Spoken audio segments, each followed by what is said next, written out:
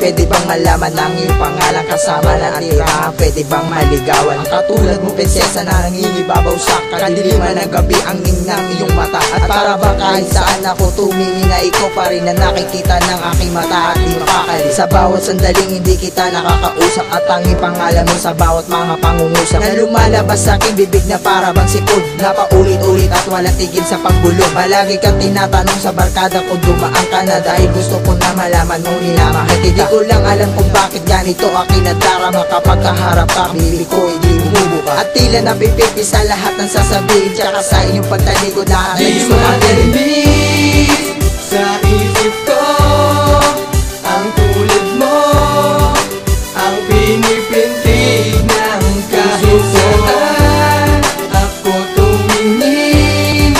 Tanging larawan mo lang ang nakikita ko.